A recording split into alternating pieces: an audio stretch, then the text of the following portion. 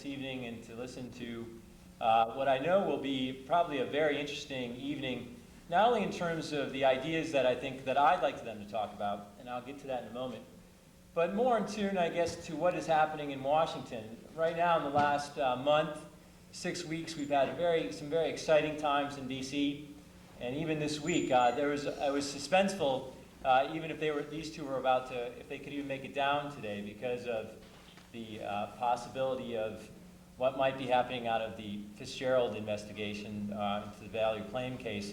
I didn't want to say indictments because we don't know yet if there are going to be indictments, but maybe these two can talk about that and the possibility of those later on. So we were really grateful that Mike and John were able to make it down and be here this evening with all that's going on in D.C. Before I go and introduce Mike and John, I'd like to give you a little background on what we'll be talking about this evening, at least starting off with, and how we got to this point and why these two are here. When I was looking to put together the syllabus for my class, and it was, I guess the class again is Leadership in the Political Context, and it's a class here at the Jepson School of Leadership Studies. I wanted to look at what does context mean, and what does context mean, not only to reporters, but what does it mean in terms of the stories and the leads that they have to follow, and the messages that are coming at them from all different angles. And when I was thinking about it, I saw John Harris's book was out, which Mike has displayed here very nicely, and he can talk about that, The Survivor, and I thought, well, that'd be a great case study to look at. And so then as I was looking at developing my syllabus, all of a sudden Mr. Allen pops up, Mike Allen pops up on the TV, and I saw now he's got a new job, and he's with Time Magazine as the White House correspondent. I thought, well, and I knew Mike well from when he was in Richmond, why not have both of them come down and talk and get them down here? And when I emailed them, they were both very agreeable to it, which I thought was great. They do this thing often, they actually told me today, and so it's just a joy to have them here. So that's where we're going, though, is this idea of context initially, and then being able to talk about the challenges. The title of the discussion is The Challenges of Covering the White House and the Presidency. And I'm sure there's many questions that I've always wanted to ask a White House reporter, like, what is it like to cover the White House? What is it like to cover the president? Obviously, they're just chock full of information, too, and we can get into that in discussing different political issues that are hot in D.C. and see what they have to say and see where different stories are going. So the way we'll set this up is I'm going to go ahead and introduce these two. I want this to be very low-key, and to you guys, particularly the students, to ask questions of these two prominent national reporters and ask them anything within reason, obviously, but be able to ask them questions that you've always wanted to ask. If you're interested in politics, if you're interested in reporting, or any type of ideas that you want. So it's going to be, they want it to be open. They obviously are not going to be up here presenting. They want to answer as many questions as possible. We have a time until about 8:30, so we'll reserve as much time for questions and for you to see where the discussion goes to. Why don't I go ahead and introduce the formal introduction, at least, of John Harris and Mike Allen.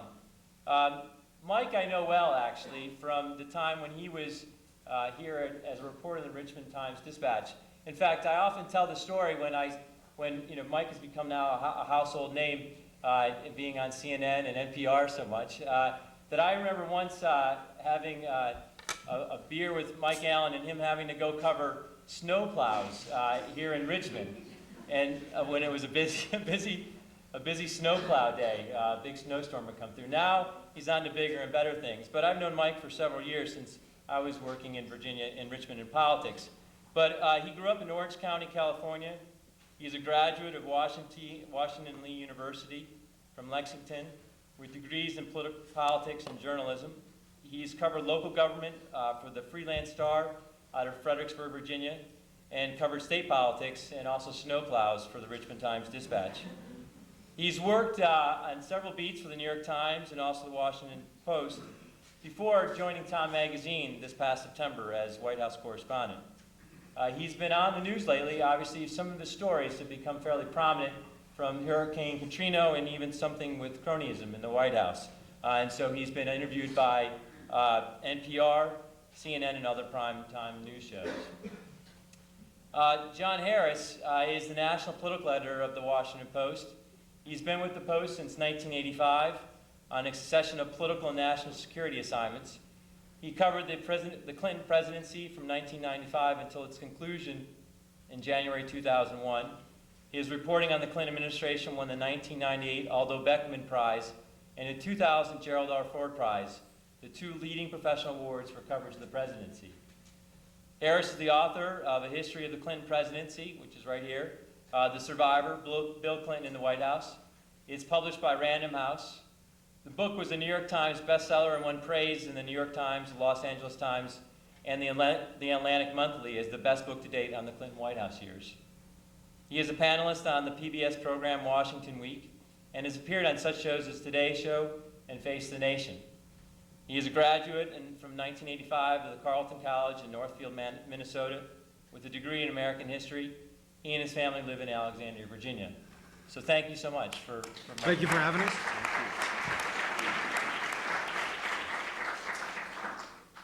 So as I alluded to, the first thing I'd like them to talk about, and then go from there, obviously I have a list of questions, but maybe we'll see where it goes. The first thing I'd like you both to talk about is this idea of context. What it means to cover the White House in terms of the different things emanating from the White House, the different things emanating from the different aides that are coming, the stories that you're following, and anything in terms of also message. One of the things that we've covered in my class is this idea, where does message come from? Where does political message come from? And so if you can start talking about that, and then we'll go into some other ideas. Sure. I mean, context could mean a lot of different things, and I thought I'd start the conversation by talking about historical context. There are two big facts when you talk about this relationship between the news media and presidents and the White House as they lead. The first is that every president really in the last 40 years, I'd say since Lyndon Johnson, certainly Nixon, and on through Clinton and now Bush, has had at some point in their presidency, a painful encounter, and in the case of at least one president, and it was a fatal encounter. Nixon's presidency ended, but almost all the presidents since then have had close calls with what I call the sort of political press axis in Washington.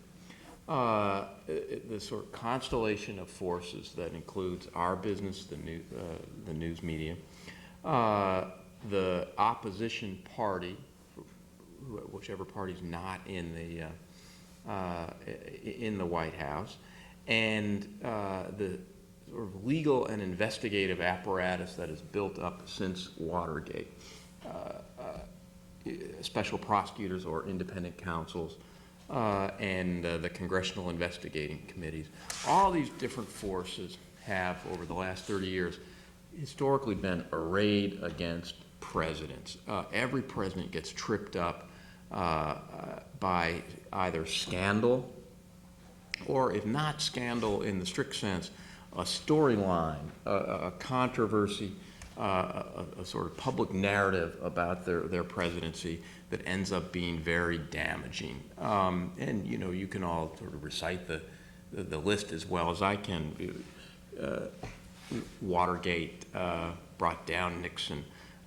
Ford's presidency was seen largely as ineffectual, and once that public impression took place, it was very hard for him to combat that, and he ended up being just only a 2-year presidency. The same happened with Jimmy Carter, where this, as I say, constellation of forces ended up basically diminishing and defeating that presidency. Ronald Reagan, for a time, looked immune to this, that he was somebody that was triumphing over this sort of Washington culture. And yet then his presidency for a time was badly hobbled during the Iran-Contra scandal. Bush, beaten down the first Bush I'm talking about, beaten down by the sort of kind of vicious turn in how he was perceived in Washington.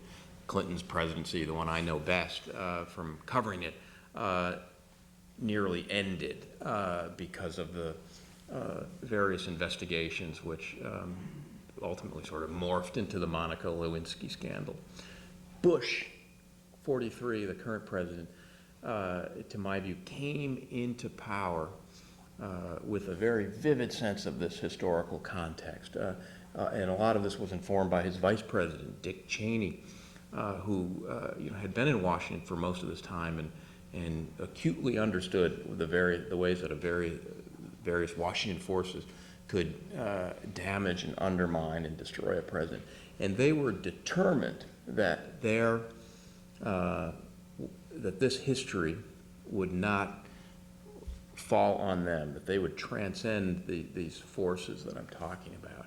And to a large degree, at least up until now, they succeeded. They defied the establishment media as often as they could, stayed on message. They exerted strict discipline over their own party in Congress so that they weren't subject to a lot of dissent, didn't tolerate it for various reasons of partly good luck. They were not beset by investigations the way President Clinton had been because in large measure the law had changed. There wasn't the independent counsel law that caused such problems for Bill Clinton. And it really looked like that Bush, if we'd been having this conversation a year ago, or maybe just after the election, I'd say Bush had a historic achievement. He had defied this historical context of presidents being put on the defensive by the Washington scandal media culture. And what we see now, and we're in the midst of it, is that, Bush, after all, is not immune to this. That the same sort of constellation of forces is really threatening to undermine badly this presidency. That's one part of this historic context. The other sort of historic context that I think's useful just to get a conversation going here is what's happened in our own business over the last 20 years and rapidly accelerating over the last 5, is that people like who work for news organizations like Mike and me, that is mainstream establishment news organizations, have in relative terms seen their power eroded. Back in 1969, Spiro Agnew made this Richard Nixon's vice president before he had to go off had to resign in disgrace, gave this speech in which he criticized the news media because he said it was a small group of people who think that they control the filter of what Americans see. He gave this famous speech, it was in Des Moines, Iowa, which he denounced the media and its presumption to filter the news for hundreds of millions of Americans. And it was a controversial speech at the time, and Agnew's now a discredited figure, but the historic fact is that Agnew was right. If you were to go back to, say, 1969 or 70, the number of people who would control what most Americans would learn about political coverage and really be the gatekeepers could, fit in this room. You would, at that time, you would take the editors of the New York Times, the Washington Post, maybe a handful of other papers.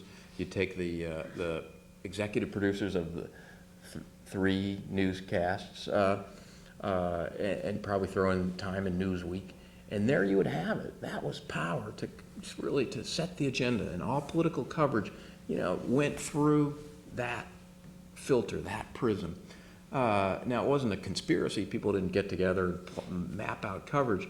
But essentially the values of those people who were making those decisions all would be pretty similar. And certain things were considered inbound, certain things were considered out of bounds. There was an establishment consensus about what constituted news, and those news organizations that I'm describing were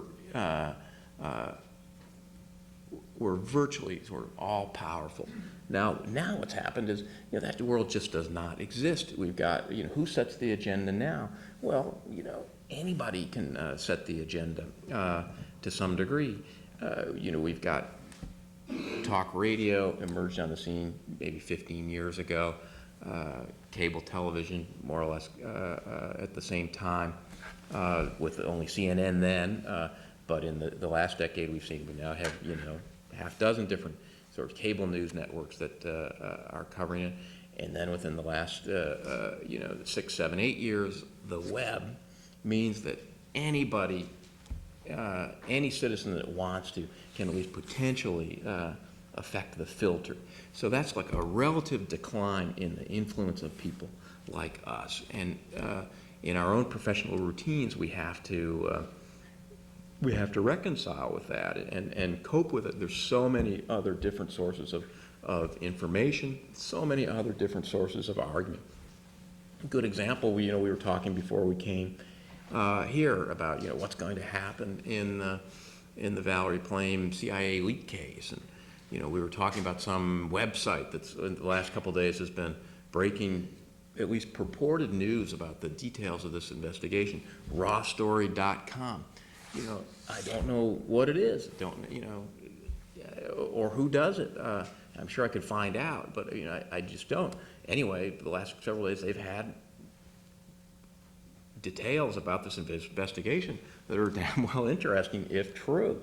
And the other day in the newsroom we were sitting around talking with one of the reporters who works for me about why would somebody be like, why am I spending all day on the phone trying to go find out what's happening in this investigation, and chipping away and getting little pieces, but basically being frustrated.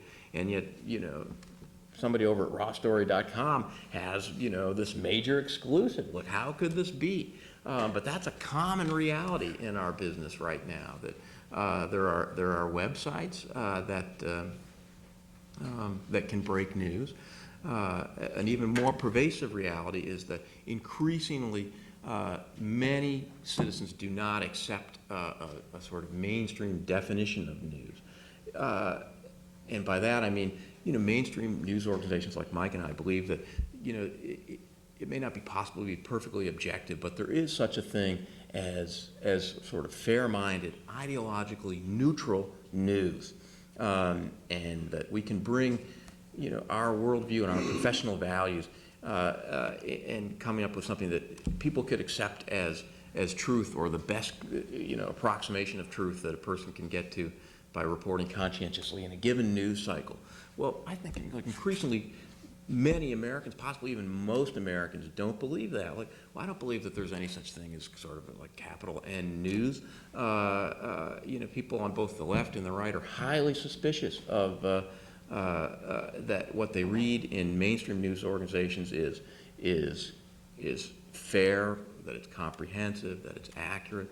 And because there are alternate sources of news and commentary, what we see is Americans sort of dividing up to and going to channels, news outlets that they find more comfortable with. Typically, those are ones that reinforce and amplify their existing sort of ideological disposition or even bias. So that, if you're, kind of a argumentative right-winger like my brother, he's much more likely to be getting his view of what's really happening from Rush Limbaugh. I mean, he listens, he knows it's kind of a joke, but he also, definitely the arguments that he hears there resonate with him.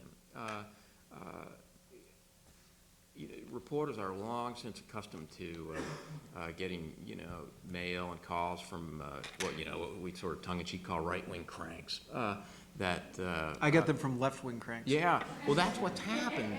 It used to be, you'd get like angry, obscenity-filled letters.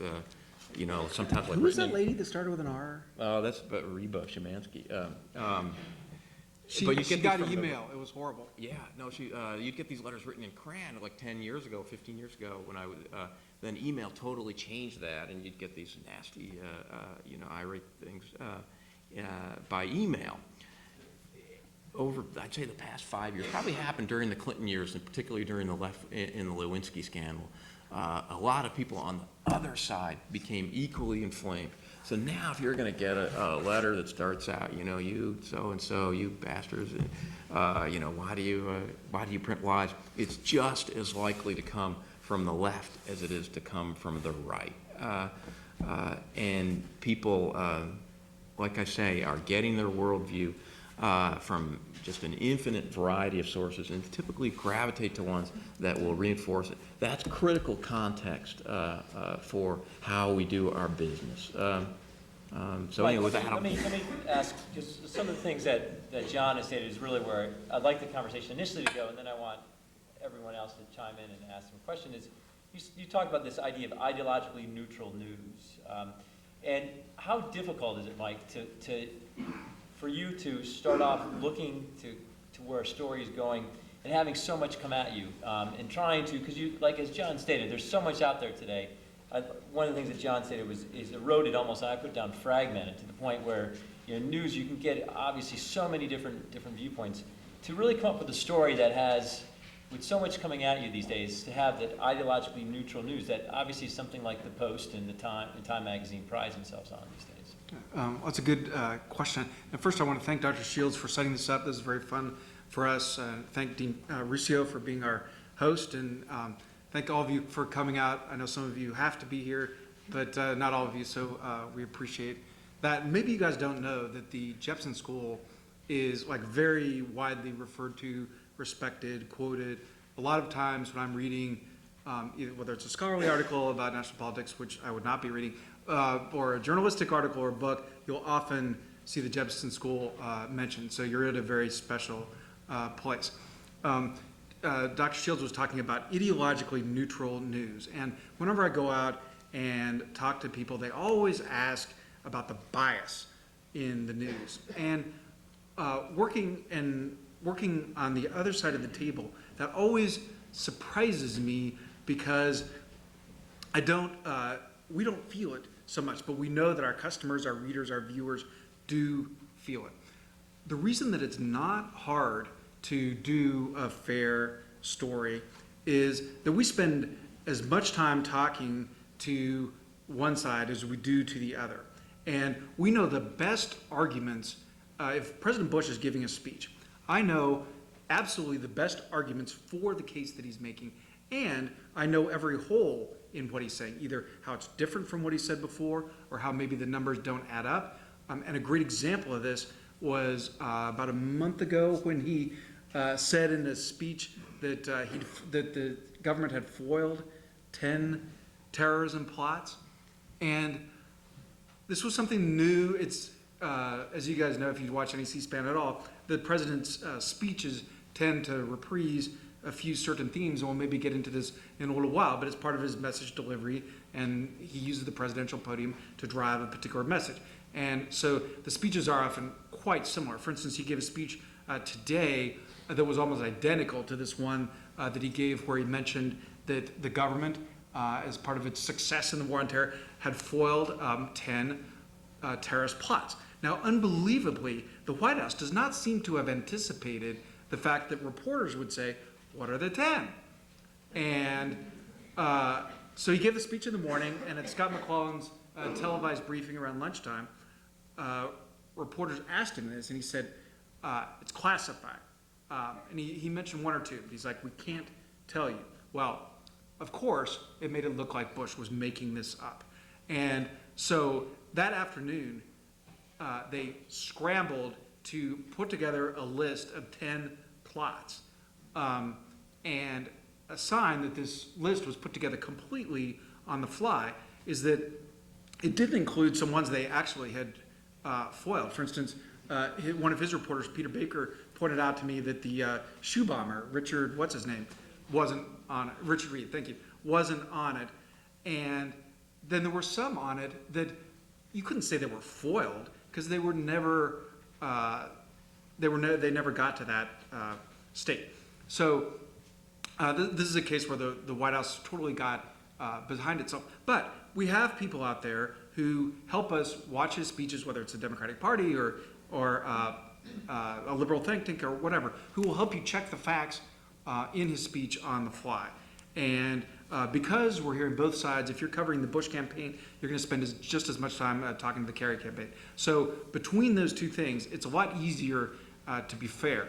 I often tell people, if every day I walked into the gates and said, oh my God, Bush is president, or if I walked in every day and said, thank God Bush is president, I would miss half of the news.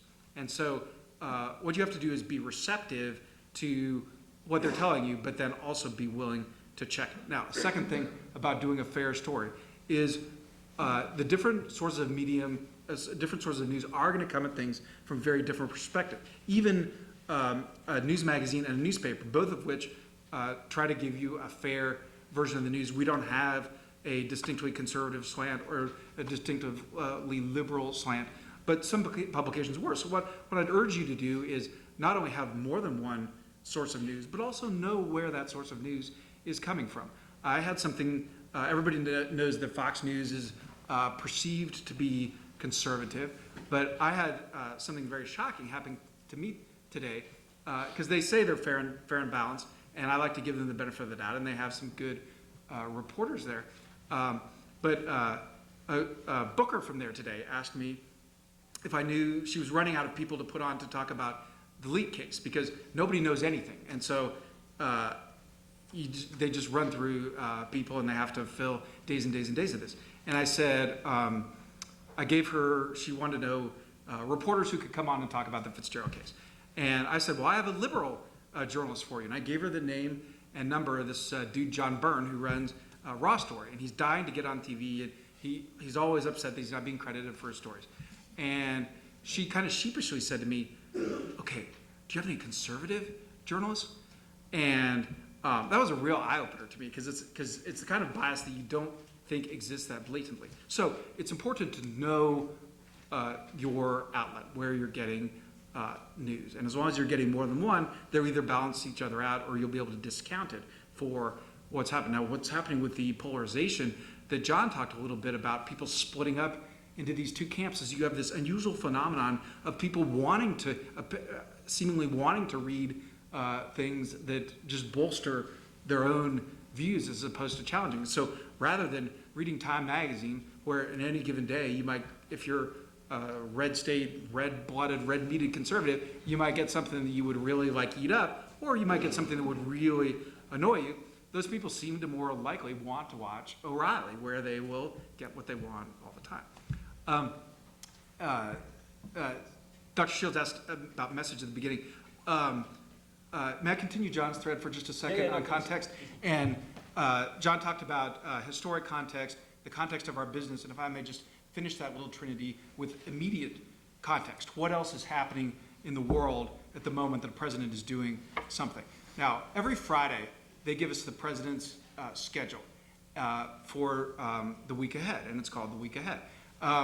And it lists his biggest events each day, like if he's going to take a trip or if he's going to give a major speech. And so Friday night, we get that, and it covers the next week. And there's usually, I'd say there's usually 3-4 events on it to cover, and then maybe a meeting with a foreign leader or something like that. All right, when we got his schedule on Friday, there were like 20 events on it. This week, the president is the busiest beaver you've ever seen. And it's because they knew that this was going to be a hellish week where the number of military casualties in Iraq was going to pass 2,000, which it did today. They knew that there was the likelihood of indictments, or they knew at least that the legal community and the journalistic community expected indictments. And there were signs that a hurricane was coming to Florida. So taking a page from President Clinton, where, and John, correct me if I'm not getting the phraseology right, but as I remember it, I was writing about snowplows at the time, but as I remember it, the Clinton press secretaries would go on TV and they'd say, you guys want to write about scandal, but we're doing the people's business. We're working on healthcare or whatever they were working on. And that's what the president is going to try to do. So today, he gave a speech about, he went before a group of military wives. Okay, and this is not like Cindy Sheehan, I can tell you that. This was people like Mrs. Donald Rumsfeld, Mrs. Peter Pace, whose husband is the chairman of the Joint Chiefs of Staff, Mrs. Gordon England, is he the Homeland Security Secretary or the Navy Secretary? Navy Secretary, I think. That was the sort of people that he went in front of. So, lots of claps, lots of applause. And he was in front of this, he always has these sets that, and the Clintons started this, but the Bush people continue. Whenever he's somewhere, there's always if he's talking about prescription drugs, there'll be a prescription pad behind him, right?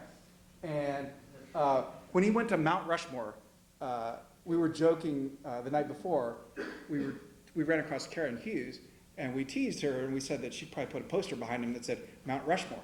Well, sure enough, they did that. Over on the side, so that the cameras over the side, it said Mount Rushmore. Anyway, so today the president was in front of something vaguely red, white, and blue, and over it said, America supports you. Now, this was allegedly referring to the troops, okay? But I think the White House also knew that they hoped that they would see that in the picture. And you'll also see him doing an event. He's doing an economy event this week.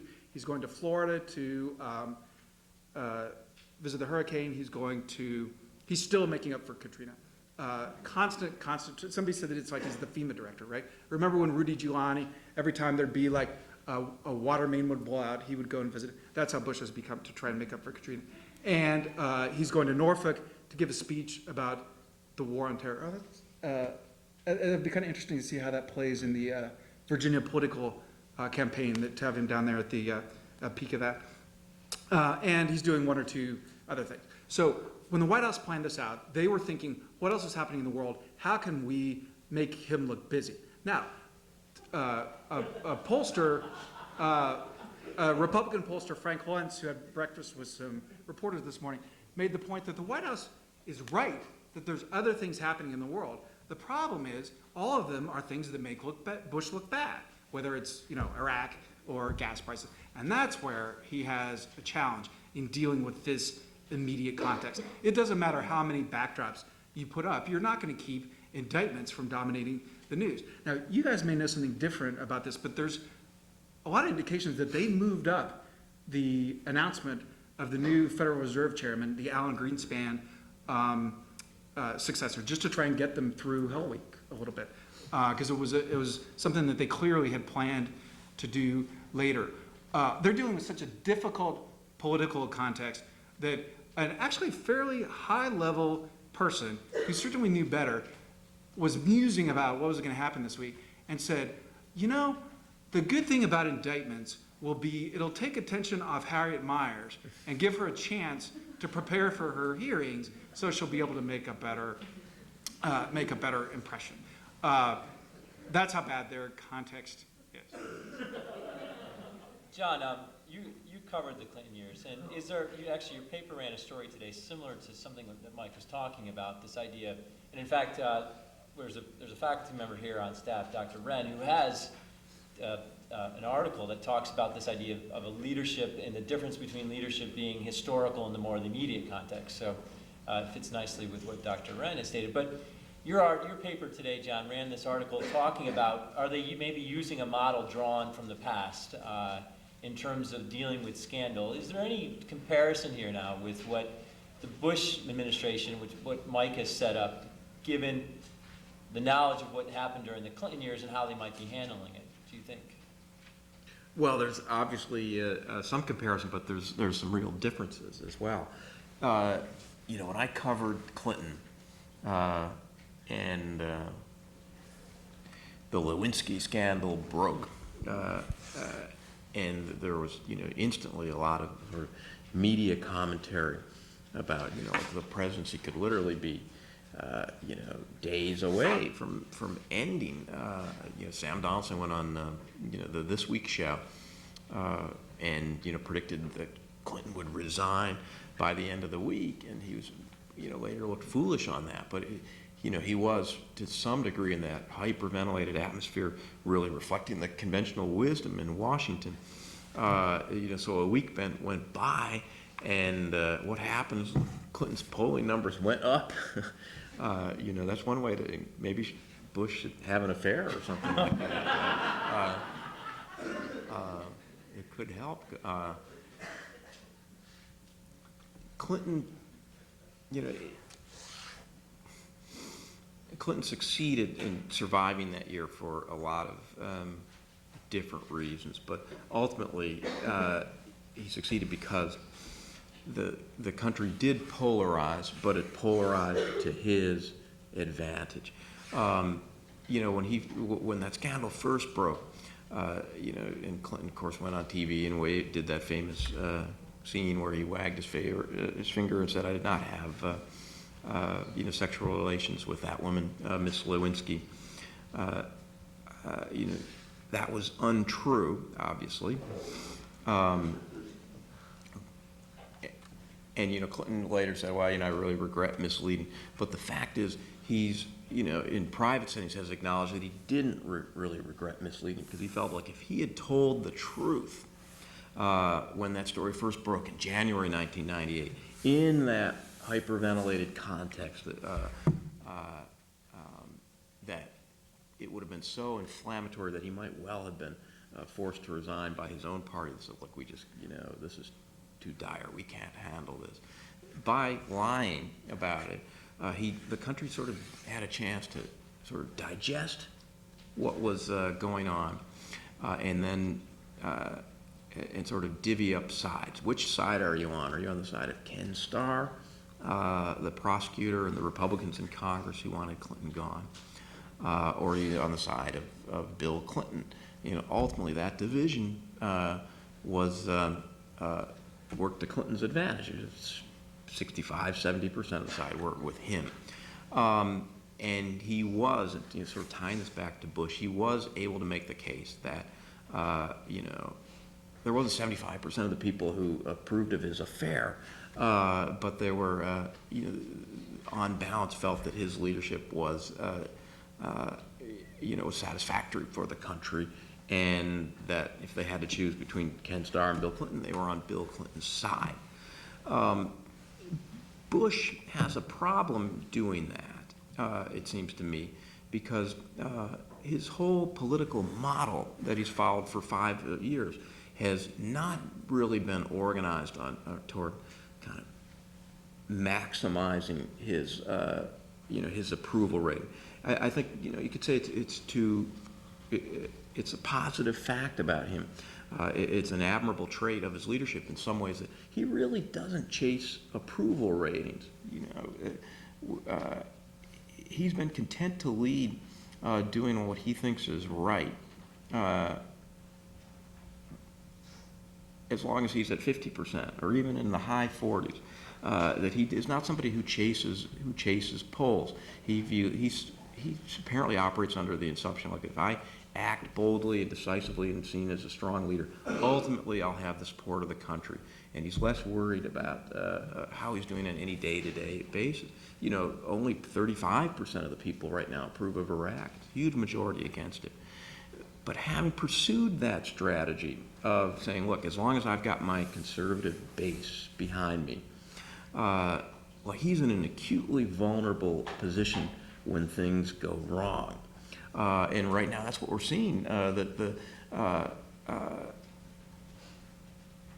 you know, the right is discontent over the Myers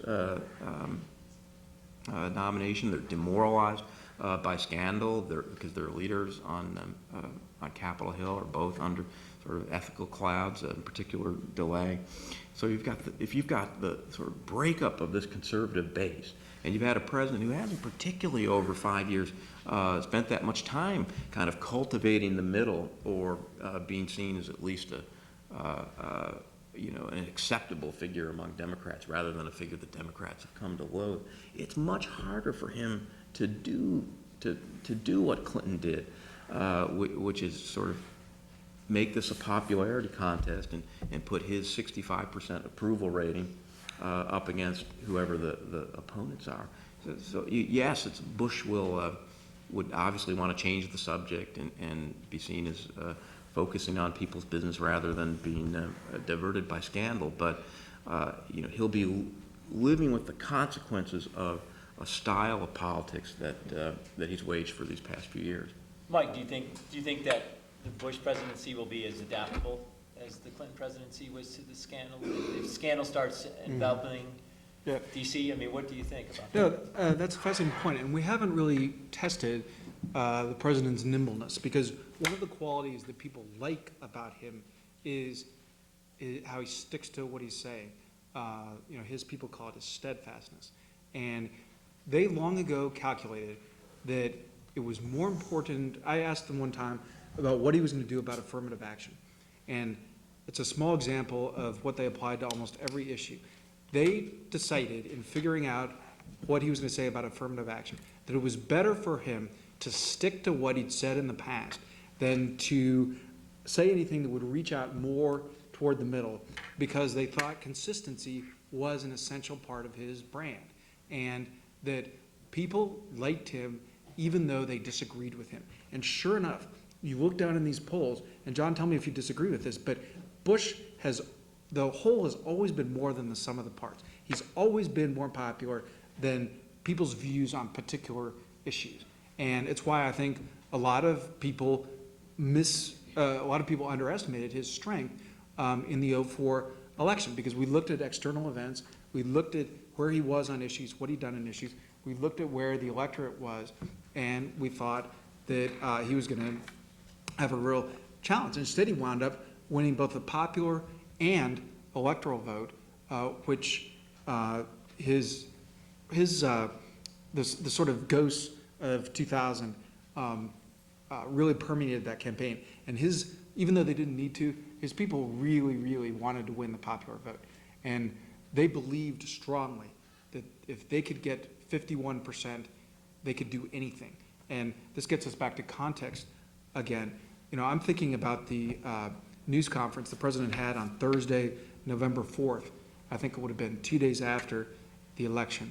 And all the stories, if you were to look back at newspapers, news magazines, network newscasts from them, it would look like Republicans were going to run the world. And I remember stories about the long checklists of what business was going to get. And the president went he had a news conference, and we couldn't say this, but if I could have written any headline for that news conference, it would have been "The smirk is back." The president was feeling fine, as well he should. Because he had won. Not only had he won convincingly in every way, and by more than people expected him to do, but as John suggested, he won on his issues with his people. He'd given very little to the center, so he'd won completely on his own terms, and you could really feel it in that news conference where he would cut the reporters off, reporters who tried to ask a double-barreled question, and he'd slap them back down, and he was the guy. And it's hard to believe that was less than a year ago. This is my last question, so get your questions ready. And by the way, he didn't give these to us in advance. Yeah, so get your questions ready for John and Mike. This idea of access has come up repeatedly sometimes in my class, and I know it comes up in maybe other political science classes, is the idea that, particularly at your level, when you're covering the presidency, and I think, Mike, you and I have talked about this in the past, what is the ability for you to have access to the information you need, and not only the information, but the right information, the information that you think is noteworthy to obviously be published. This idea of access, I think, goes even sometimes down to the Valley Flame case even, but what do you think about this idea of access? And also in getting, not only with the Bush presidency, because it's obviously been, some people have questioned the access that reporters have had, but if you can get into just even the nuances of how you find access to what we see on the West Wing, how they, but how do you get into and discover what's going on within the presidency during even times? That's a fascinating topic, and there's sort of two halves to our job. One is to write about what's in front of our face. What is he saying? Where is he going? Here he comes, there he goes. You're there in case something happens to him, in case he says something new, in case there's going to be a clip that's going to be on the evening news. The other half of the job, and the job that's more important for a newspaper or a magazine, is to either write about what they don't want you to write about. That is things that have gone on that either something they decided not to do, or something that they don't want to announce yet, or something like that, or explaining why why he said what he did or whatever he did in front of your face, the sort of backstory to that. And you're not going to get that, as you guys know, if you've watched C-SPAN at all, or even Jon Stewart, you will know that you're not going to get that from Scott McClellan at the podium. That just isn't his function. We talk about him as he's sort of in football terms, he's a line to keep us away from people who actually know what's going on, or actually willing to tell you what's going on. And so it is important to develop access to people who either understand the president, know what's going on with the president. There's some people, there's a few people in the White House that will help you with that. But one challenge with that is this president's circle is so small. There's maybe 6 people, and I'd include the First Lady, the Vice President, Karl Rove, Andy Card, the Chief of Staff, Judge Gonzalez when he was there, the counsel, maybe 1 or 2 others. And they're all people who've been with him for a long time, certainly now Secretary Rice when she was there. They're all people who've been with him for a long time. And if you're not talking to those people, and most of them do not talk to us, you can't really know what he's thinking or what's talking. So you have to talk to those people when the opportunity presents itself, and you have to talk to people who are close to them or understand them. So if a governor goes in to visit the president, I might later talk to that governor, and those people talk to other people, and so you go one step out. And the challenge is to stay as close to the core as you can, because that's where you're going to get the most accurate information. I think it was the second State of the Union address before I figured out that it wasn't that most of these people in the White House, it wasn't that they weren't telling me or that they wouldn't tell me, it's that they didn't know. And information is held so tightly in this administration that very, very, very often we tell the people what's going on because we've heard it from somebody who talked to Karl Rove. And so a lot of times,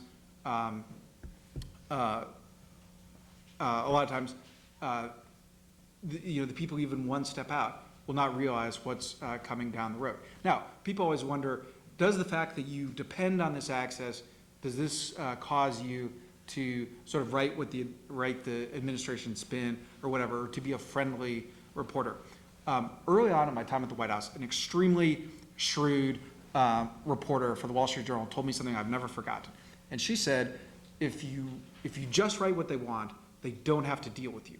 If you're going to be the guy who always writes what Scott McClellan says, they have no reason to return your phone call or no reason to give you something special. You have to be there every day playing hardball. If I'm playing one-on-one basketball with you, even if you're my buddy, you're not going to respect me if I just let you win or don't play at full throttle. So you'll have to always be there watching them. They have to know that you're checking what they tell you. They have to know that you'll call them on it if they try and pass off something different today than what they tried to tell you last week. And and one other point about this idea of whether you should just be a friendly reporter or whatever, my view is that they're going to give you information, they're going to help you if they think it's in their interest. And that's the only time they do it. And it doesn't really matter what you've written in the past or what they think about you or what they think about your newspaper. If it's in their interest to deal with you, they will. And so our job is to make sure that they realize that it's in their interest for us to give as full and an accurate account of what's going on as possible. John, any thoughts on that, particularly even with the Clinton presidency?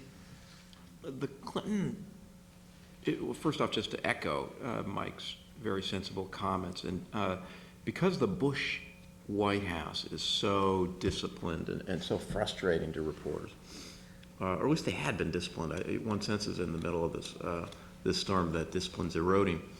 But because they had controlled information so tightly, there was a tendency of people to look back at the Clinton years as some kind of golden age of access. a lot of, and even a lot of the Clintonites themselves, look back, and this was when Bush was doing better.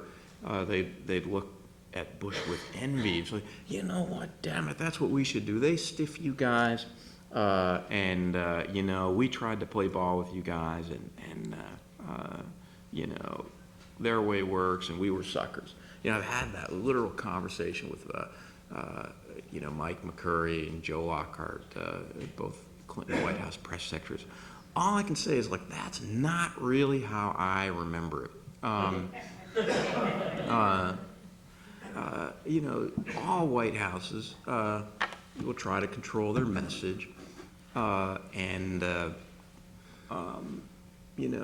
they will, no White House will give, particularly a paper like mine, the Washington Post, we want all this, or the political backstory, as Mike said, we want to know the politics behind a decision. The president made a speech, but, sure, we'll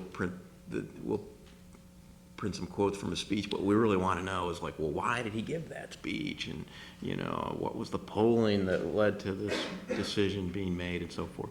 No White House, and certainly not the Clinton White House, likes to talk about that. Oh, come on. But what they would do, what the Clintonites would do, is more than the Bush people, is they would at least acknowledge the sort of legitimacy of mainstream media. They would engage. They'd engage to tell you, and so they get on the phone with you and tell you total baloney. But at least they were on the phone with you. And I think the Bush White House, which I haven't covered, but is less inclined to acknowledge the media. Andy Carr, the chief of staff, said, gave this quote once to the New Yorker, I think it was, which said, "We view the press as another special interest, like another constituency that's there to be, to be dealt with, to be occasionally fed, sometimes to be stiffed, but they're just another group." Yeah, to give them the very least that you have to without them becoming a headache. Right. Say that's very different than how we view ourselves. We don't view ourselves as a special interest. We view ourselves as, people may, hoot and snort at this, but we do view ourselves as in an important way, trying to represent the public interest. We do feel like we're not just, like the corn syrup processors over here and the moral majority over here. Well, that's not, and then the press in the middle. That's not how we see ourselves. And so I think it was very frustrating for reporters to be, treated that way, not to even to be engaged with. Here are the talking points. You take them or leave them. It seems to me two things, though. Even when you get that access, it's really overrated. Almost nothing interesting about what's going on inside the White House originates inside the White House. This is ever the case. You have to go at it through concentric circles, and all the best White House reporters really spend much of their time working not people inside the building, but people outside the building. Members of Congress, advisors who are close, different interest groups who have things at stake, and chip away piece by piece to find out what's going on. Because if you just go to the White House with your and hand out your cup and say, "Give me some news," they won't. You have to go to them and say, "Look, here's what I know, here's what we're reporting," and force them to engage. Really interesting case study. Mike, very tough reporter, because such a congenial fellow. When he was covering the White House, we had good relations, it seemed to me anyway, with the Bush people. As difficult as it is, they, would work with Mike and recognize him as a serious person. That was to the Post's benefit that they would. His partner on the beat at the time, Dana Milbank, they loathed, they for a variety of reasons, came early to the conclusion that he, was the devil incarnate. And so he had no access. I don't think they literally wouldn't return his calls. I think that's right. I don't know that he ever had a conversation ever with Karl Rove. How can you cover the White House without being able to talk to the most important advisor in there? Well, it turns out you can. Dana's approach, was quite different than Mike's, but he would write strictly from an outside perspective. He would write about what Bush was doing and saying, and then write articles truth squatting that. Well, was that true? Was that not true? He would quote outside experts. He would so even with no access whatsoever in his own way, Dana was a successful White House reporter. Because you can still perform that accountability function even if they shut you out completely. So my view is access is great, but it's overrated. And may I just add quickly, one thing this White House has tried to do is institutionalize restricted access. For instance, reporters, it used to be common for when the president would walk by reporters, they would shout a question at him. Like 99 times he's not going to stop, but the 100th time he's going to, so you shot the other 99 times. This president gets so angry when anyone shouts at him, and he would never answer a question in a million years, and he often has aides go and find out who the shouter was. Because of that, that has chilled this press corps, and the president walks right by him and they don't say anything. And a lot of times he'll come out and he'll give a little statement, and if you have the guts, you can ask him a question and maybe he'll answer, maybe he won't. Like oftentimes this press corps, they don't even ask. Part of that is sort of knowing his mood, knowing the moment, and like there's some reporters have a very good instinct for this. There's a reporter, Scott Lindlaw from the Associated Press, who's not doing the beat right now, but he understood Bush perfectly. He knew exactly like when to ask him and what, and the president would almost always talk to him, but that's very rare. So you get many fewer questions going to this president, let alone the answers. And interestingly, to get to Dr. Shields' point about message, like this president doesn't feel any need to explain what he's doing or engage intellectually. Interestingly, he has the discipline or whatever it is. He's willing to repeat whatever his message is. And so unless you ask a question in a very unique way or it's a very unique moment, if you ask him a question, you can read interviews with this president and there's surprisingly little news in the interview because he just says what he's been saying in speeches. And to the aides, that's fantastic. That's what they call candidate skills, and it stays on discipline. But it is frustrating for us. And just one other quick thing about the institutionalizing of the less access. Clinton person told me one of the ways that they used to fool Harris was they would, in their meetings, they would say, okay, the press secretary is going to say this much from the podium, and George Stephanopoulos will say this much more on background, and this other person will tell him this much more. And so the reporters feel like they're working, but in the end, they're just getting what they want them to have. In this White House, they don't even permit such conversations. And a small example of this, every Thursday, I think, in the Clinton administration, the news magazine reporters would go together to see the chief of staff. Now, there is no such meeting. Which is fine with me because if we did it that way, Newsweek would have what I have as well, and this way I get stuff that Newsweek doesn't have. But it's a tiny way that they hope to choke off press access so that more and more all you have available to you is what they want you to have. Great. Well, what I'd like to do now is have it open to the audience and have you ask questions of John and Mike. And it doesn't have to be in the framework of the idea of context. It can be anything, such as, one of the questions if we had time, I'd like to know, like, what do you do just when you walk into the White House, when you walk into the press corps and the press room? So it can be anything that you might have. Even those of you who are thinking of entering into journalism might want to know more about their backgrounds and experiences. Well, now is the time to ask them these questions. So, yes, sir. If you could speak up just so everyone can hear you as well. Maybe stand up so everyone might hear your question if it's okay. When you have like the big press conferences, like whoever's speaking, and then there's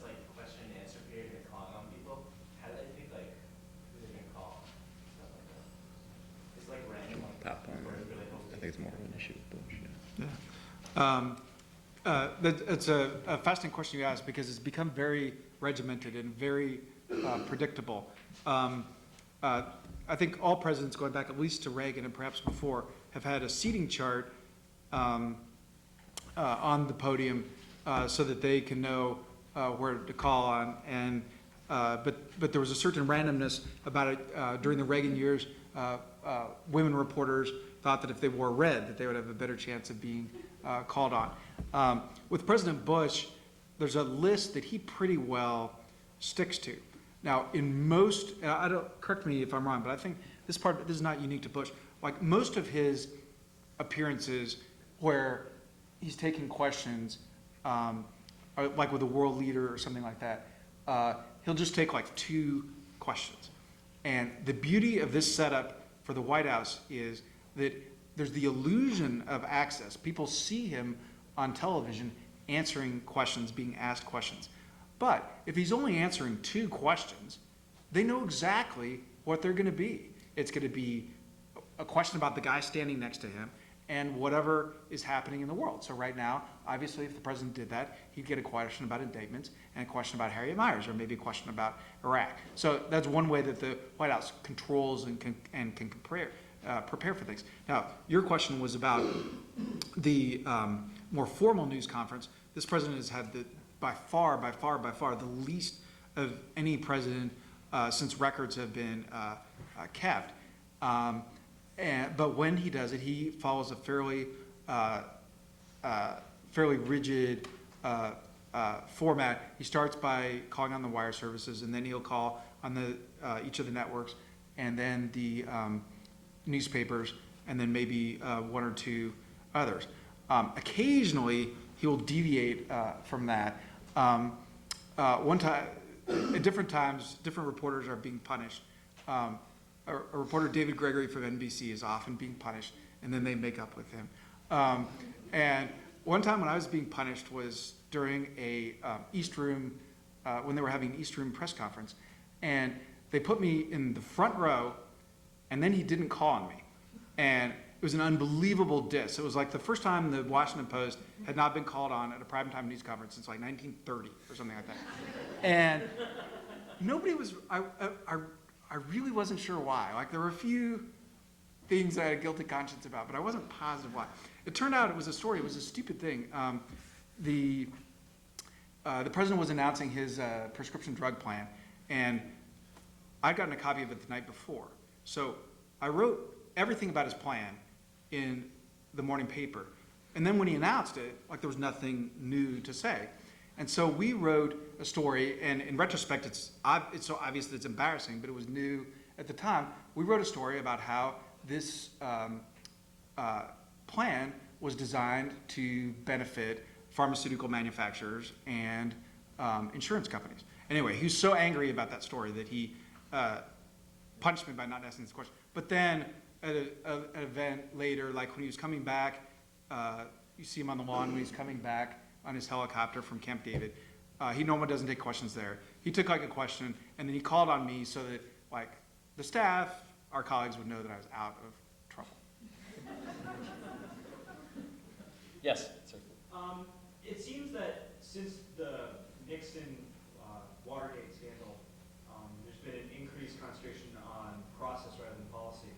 And with the increase in like bumper sticker politics and talking points, it seems that national leaders have become impotent, especially when trying to put forward more nuanced policy. I was wondering if either of you would comment on that. Try that again. I didn't get who's become impotent?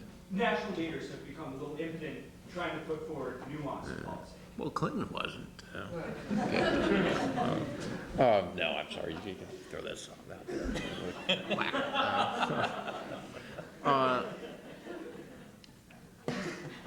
I don't think that's true.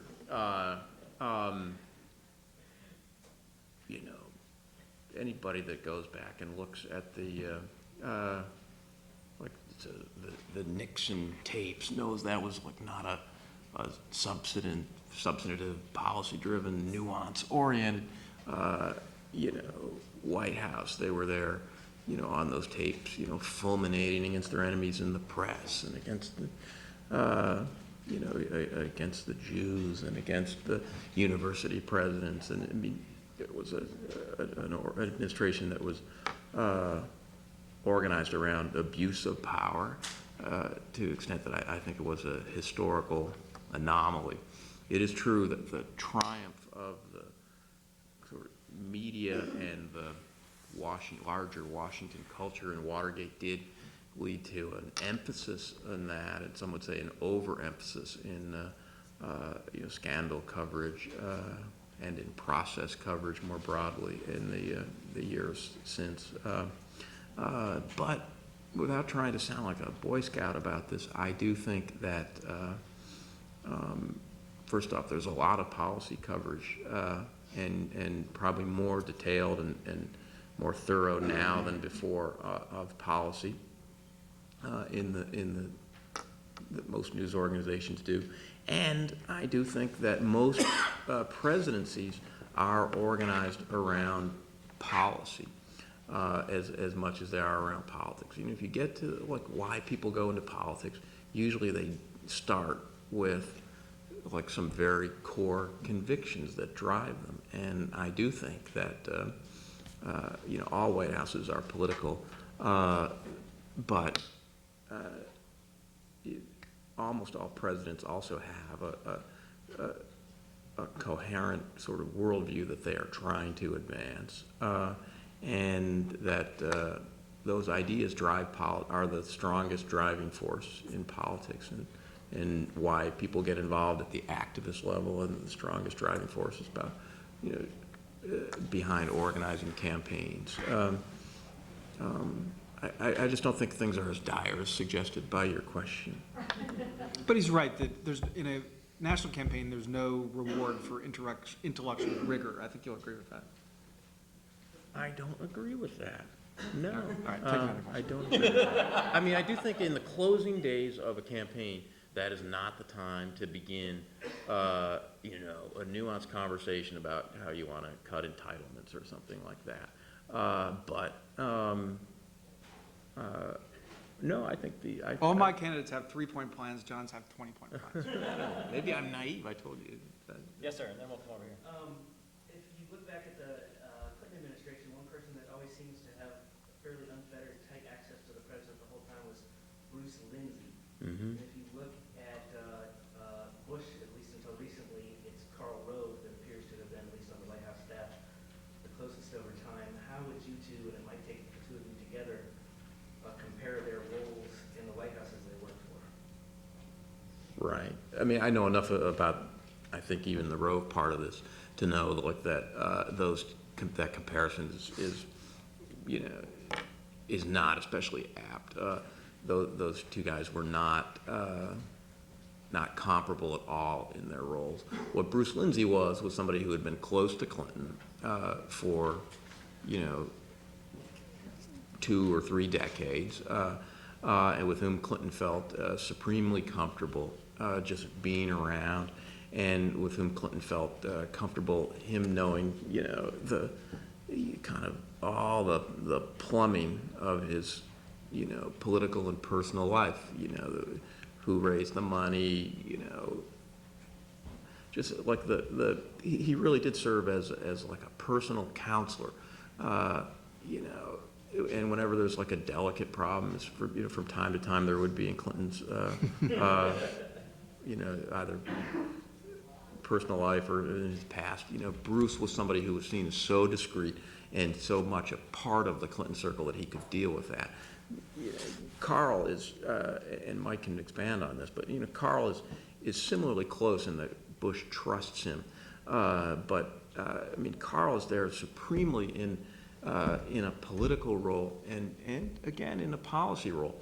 He's worried about the intersection between politics and policy because that is what ultimately drives a presidential agenda. So like Carl is at the sort of the heart of the president's strategy. I mean, he's the software of this presidency in a way that Bruce simply wasn't. Probably there are other people around Bush who are similar to what Bruce Lindsay was, but I don't think it's Carl. Yep. There's a wide perception that Harriet Miers isn't necessarily the strongest figure Bush to have made in the Supreme Court, and I don't know. I was definitely surprised when that pick came out. I think a lot of people were. But Miers isn't particularly popular with this base, and is there any perception that maybe picking Harriet Miers was a means of allowing you as senators, and there's a lot of them up for re-election in 2006, disproportionate to the Democrats, I think, to distance themselves from a president who's relatively unpopular without really pushing back on issues that are unpopular with the base? Wait, so under this scenario that they would put her up knowing that a lot of Republican senators would Well, that's oppose her? what's come out, hasn't it? I mean, No, I see That would be what- I- crafty, yeah. No, I see what he's saying. Yeah, it's dastardly. It's a really diabolical thinking. Well, Mike should take a crack at this, but it to me seems very much like a miscalculation. That Bush felt that his personal confidence in Harriet Miers would be embraced and accepted by his Republican base, rather than a calculation that, hey, those guys won't like it, but we'll be better off. It's really, it seems to me, a very, very damaging nomination for the reason I said earlier, that Bush has this governing style which relies, intensely on the support of this base. And so now when you have them fracturing over this, that really leaves him, very vulnerable in a way that Clinton wasn't when he sometimes would offend, part of his core Democratic base. Often that was part of his strategy. The liberals will be mad, but we'll be better off with the center. I don't think there was any such calculation here, but what do you think, Mike? No, let's go on. No. Yeah. Eric? Getting back to this issue of access, do you think the public was perhaps better informed during that golden age of access during the Clinton years? Or perhaps more so now when the fact that they don't have that direct access forces them to perhaps write about those outside objectives that we were discussing before? Well, remember my point about the golden age of access is that it wasn't. It was, really more copper.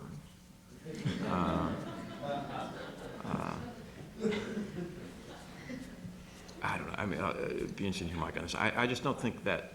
I think like we have our job, then it's our job to be frustrated and to overcome those frustrations and to push and to whine and to protest and to coax and chomp as best we can to try to do what we see as our jobs. And their job is to try to craft a strategy and a message and stick to it. It's just it's ever thus. Yeah, Mark. I'd like to return to the idea that you were talking about earlier about unbiased media and the supposed erosion of power of mainstream media. Because, say for example, election night 2000, if I remember correctly, Fox News called the election for Bush first, and then all the other networks fell in line after that. And then another example was after the war started, the Dixie Chicks, Clear Channel Radio decided to ban them from all of their affiliates. And so, I mean, that's definitely, I think, a manifestation of profound power on the part of the media. So I was wondering what you guys think about that. How do you feel about it? Well, I mean, I'm thinking of the whole FCC thing about, they wanted to loosen the regulations on consolidation and, letting basically, we have a bunch of different brands, but they're all owned by the same companies, basically. So I don't think it's a good thing. You make a good point about what influence does corporate ownership have on our day-to-day work. And we both work for big companies. John's company owns Newsweek, it owns Kaplan Testing, it owns TV stations. I'm part of a company that I guess has AOL and records and who knows what all. And the fact that those are big companies that do have stockholders make it possible to do the very expensive work that we do. When we travel with the president, you get charged not only for like many times the cost of a first-class airline seat, but when you get there, they'll charge you for the table, they'll charge you for the buffet, a phone line that you might use for 10 minutes, it costs a couple $100. Like what we do is very expensive. During the campaigns, a bill can be like $50,000 a week for one reporter. So being part of a good company can benefit you in that way. How it would hurt is if, as you suggest, that causes you to pull back from something you might report, or if they're imposing their editorial agenda on you.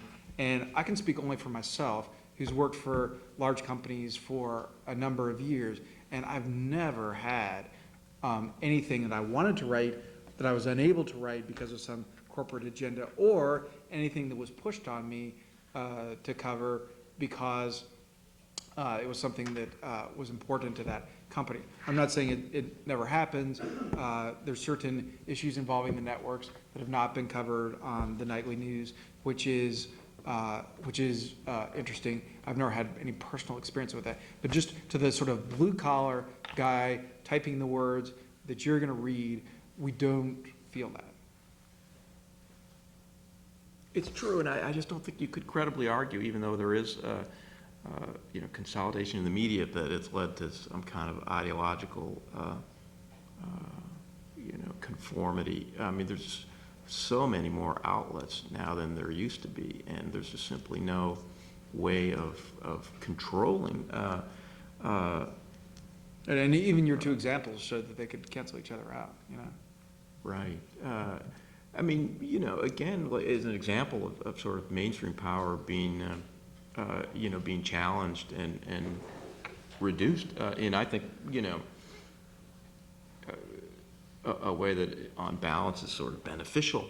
I don't mean to just deplore this trend throughout. It's more democratic to have more different outlets.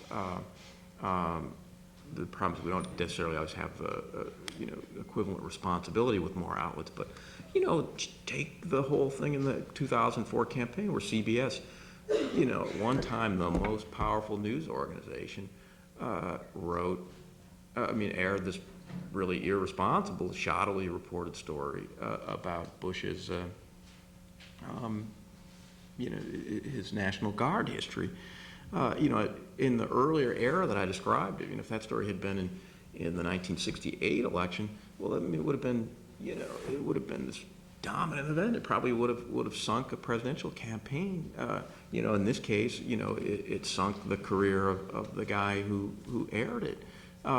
Because it was, exposed instantly, literally almost simultaneously within like a couple hours of it going there, that it was under assault by blogs and whatnot. So, in that case, it seems to be an example of more accountability. So I just can't, I can't accept the premise. Yeah, you said one thing that was interesting to me. Mr. Allen, you said that this is like a president who has about 6 advisors that are really being close with everything, and that he really trusts and confides in. Everybody else is cut off from the outside. And Mr. Harris, you said that as reporters covering the president now, that reporters are going outside the mainstream, outside the key people in the White House to get their sources. So in terms of, say, the Valerie Plum case, or Iraq, or even the 10 cases of terrorist accident in Boyle, how do you think, in terms of getting that information, is coming out? In the Plum case, is it maybe one of those 6 people, or is it somebody? Right. No, that's a good question. You have one of the things that we're paid for is to figure out where you can go to get information if it's not obvious. To take Dr. Shields' snowplow examples, I was supposed to write about snowplow drivers, and there was no preparation that had been made for this. I didn't know a snowplow driver. I didn't know how to find one, and they're driving. You can't really flag them down to talk to them. But someone was nice enough to tell me that there's a diner on US 1 in Richmond where they all go between shifts. So I didn't even have to do any work. I just sat there, and the snowplow drivers came to me and were nice enough to talk to me so that there would be something on B4 of the paper, even though it was snowing. Similarly, in the plane case, the special counsel, Patrick Fitzgerald, isn't talking. If anything has ever come out of his office, we don't know about it. You'll never find a story that's attributed to federal law enforcement sources or something like that. So you go to other places, and 2 of the main ways, maybe the only ways, that we've been getting information about this case is from witnesses who've appeared before the grand jury or have been interviewed by the FBI or their lawyers. And it's been a very fertile source of a certain type of information. We know some of what Mr. Fitzgerald is asking about. For instance, we know that he is asking not just about the vice president's office, but he's been asking specifically about the vice president, what he knew about what his staff was doing, blah, blah, blah. But what we don't know is what other witnesses there are, what else he might be asking about. And John and I were talking about this earlier. I forget if this was here or outside. Like, I think John and I agree that we may be very surprised with how this case winds up looking, because we've been getting the information from a very few people who themselves are in the dark. And so, it's like we're trying to connect the dots and we don't even have all the dots. So that's a case where you work with what you have, work with what you can, and it's imperfect. No two ways about it. Yeah, well said. Blogging is becoming more popular these days, as far as both of you guys mentioned that people are now, going out and about trying to find news sources, news for themselves. What's your opinion of blogging?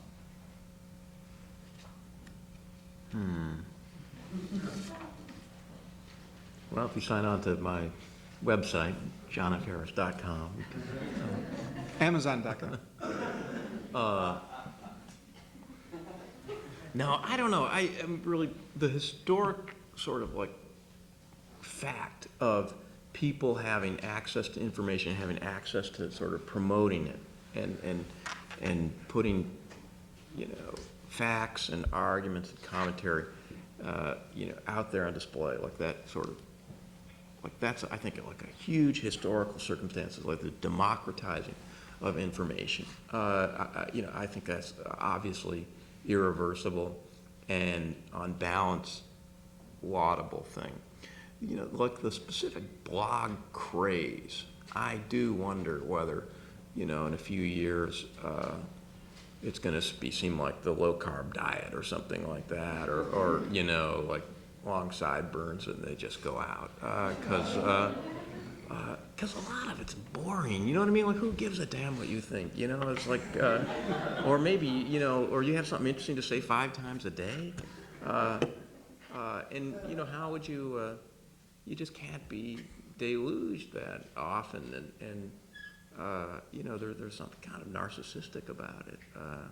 So I wouldn't be surprised if the blog phenomenon, kind of dies down and what you have is something that's more familiar, which is, certain voices that are respected as intelligent, provocative, authoritative, that people gravitate to. And whether they gravitate to them online or whether they,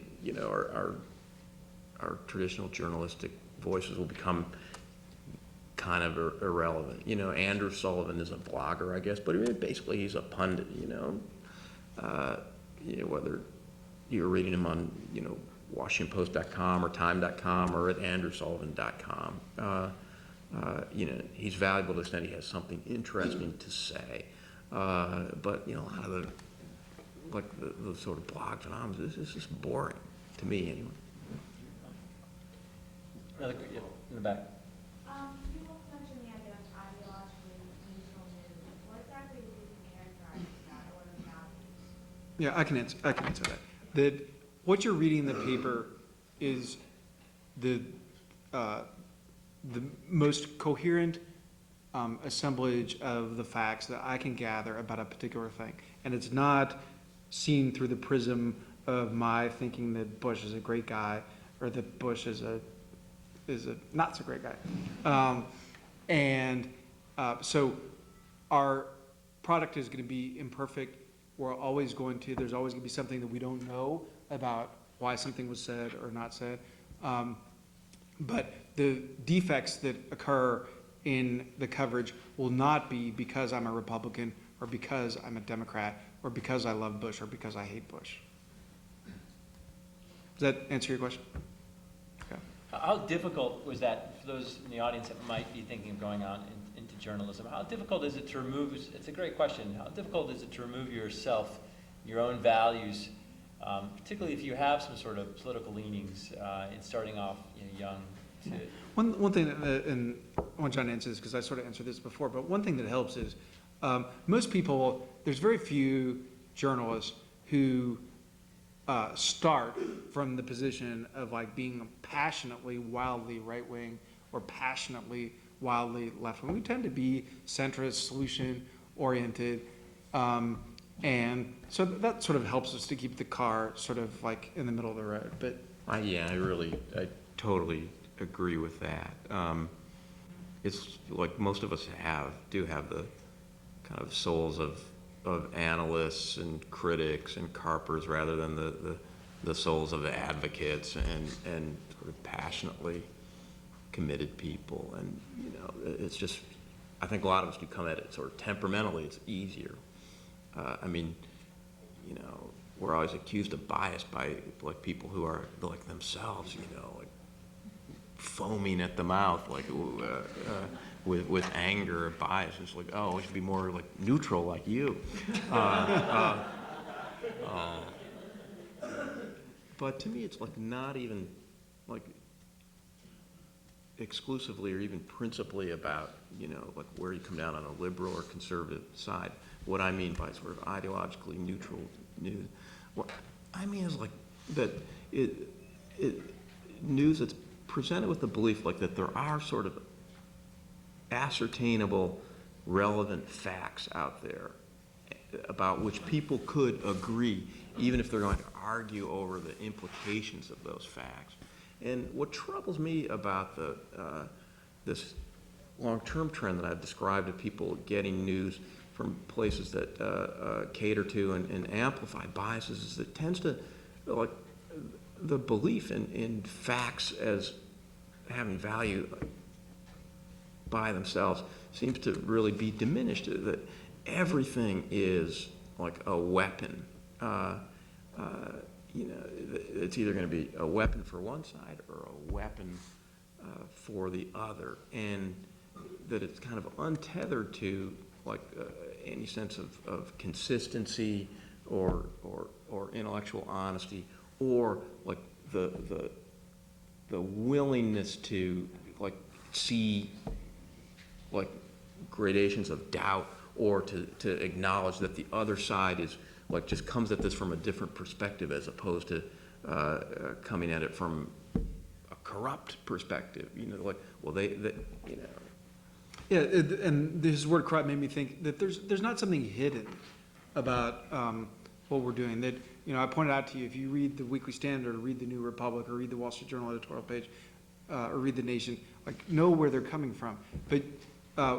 But ideally, when you read an article in Time Magazine or the Washington Post, you don't need to wonder, keep track. Okay, this reporter is the liberal, this reporter is the conservative. We'll take one more question. There's a question. Let's get actually someone else. Yes, ma'am. I do have a question, but I first want to say thank you, because you are important, and what you do is the foundation of our system. So It was great fun. So it's nice of you to come. And in going right to that ideologically neutral aspect that you're talking about. Now she's going to ask a hard question. And it's not an accusatory question.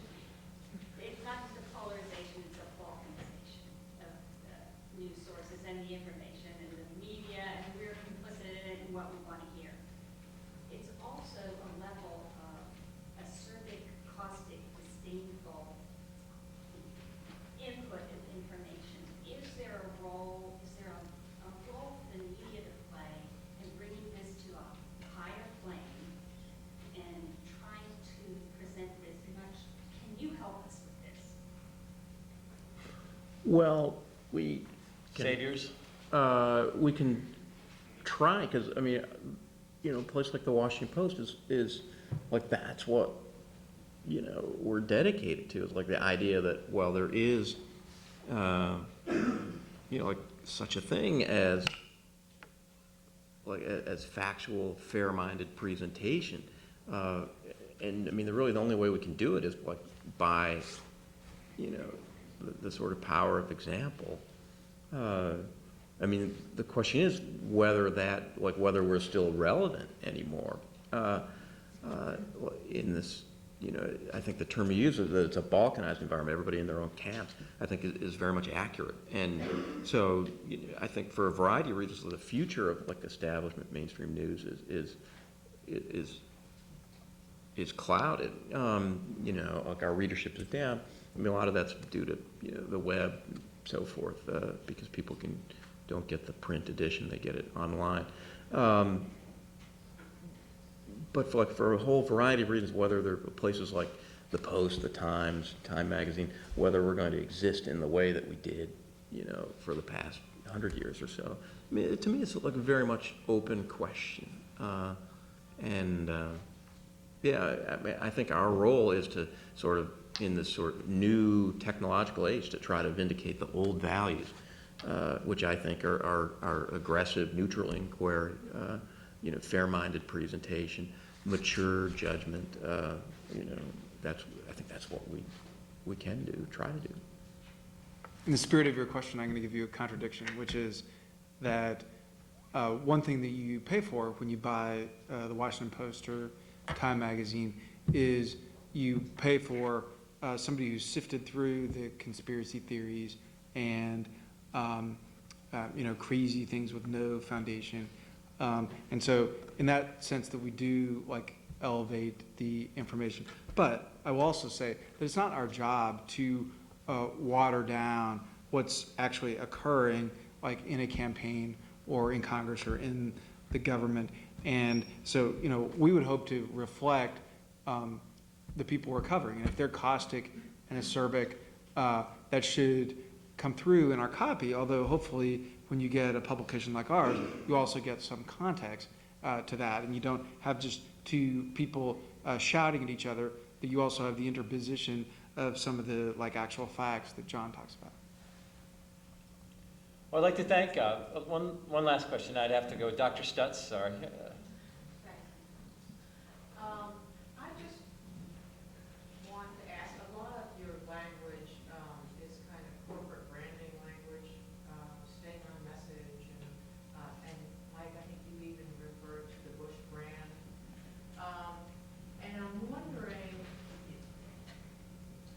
is that all about the power of staying on message, or are they worried about the times when Bush has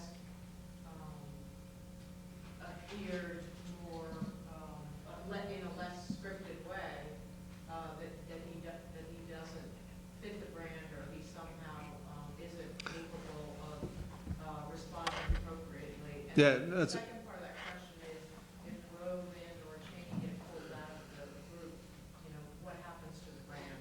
all right. Can I do the first part and you do the second part? All right. Just so that it doesn't go unresponded to, it absolutely does not have anything to do with them thinking that he's not capable of responding. Now, what's ironic is that Bush, and they very well recognize this, Bush is fantastic in unscripted moments.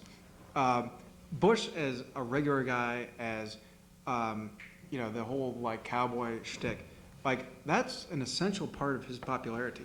And what's very fascinating is that on his first campaign, when he would have his you know, malapropisms where he'd talk about, you know, how hard it is to put food on your family, or you talk about breaking the cufflinks of taxation, or you know, he said, you know, we need to repeal all these terriers and bariffs.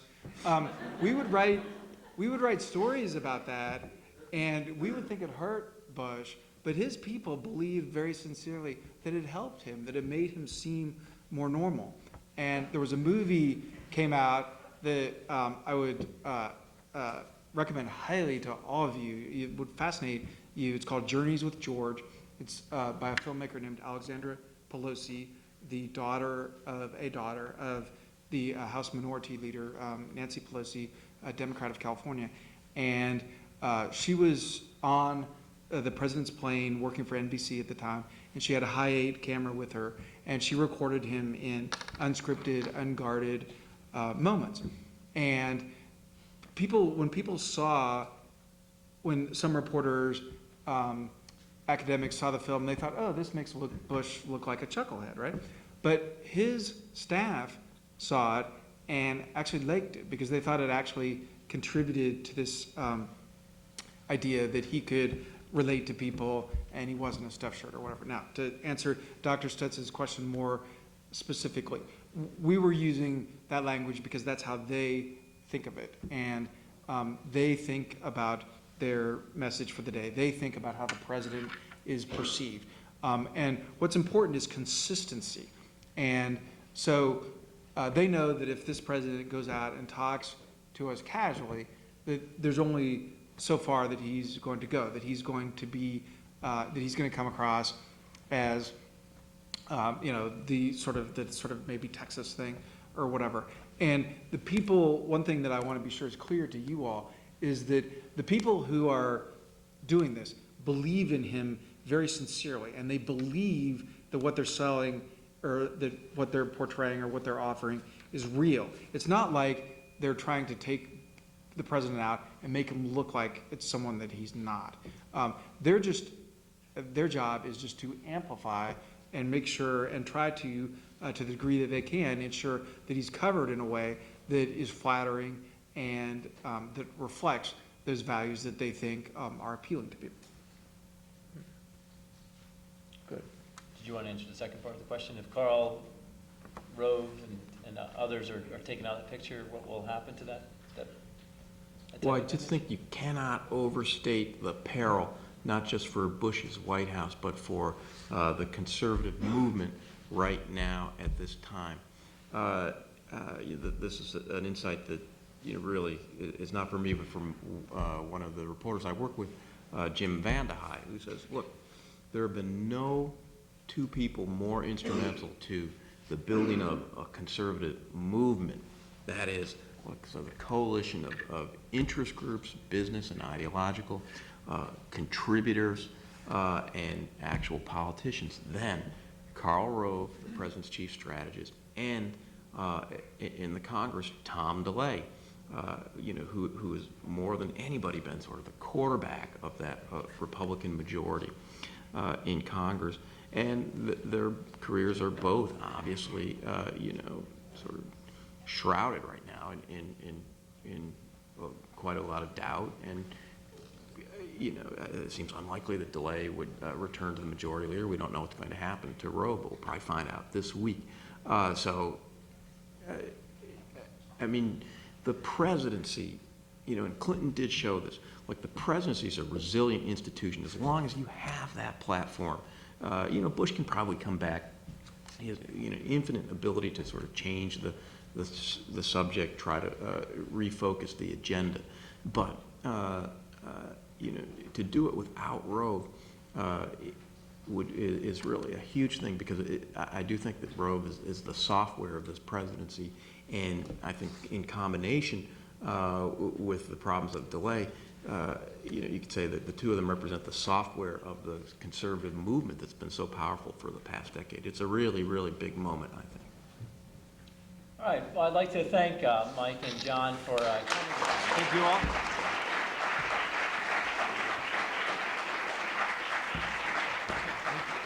They were, again, kind enough to come down, and you were kind enough to come. Also, I'd like to thank Dean Ruscio for helping us host this evening. The way I guess we can pay them back is to obviously buy John's book, and Mike's been The Survivor. holding it up, The Survivor. Also to purchase Time Magazine and to read We'll send you a football phone. They'll be here for a minute. If those of you who did get a chance to ask questions want to come up and say hello to them, okay? Thank you again for coming. Dude, that was very fun. It was awesome. Great. You guys Oh, thank you. I enjoyed it. Mike. Oh, great. Thank you very much. I appreciate it. Hey. I was wondering if I could just follow up on the policy issue of this before. I just have a really hard time buying that. It seems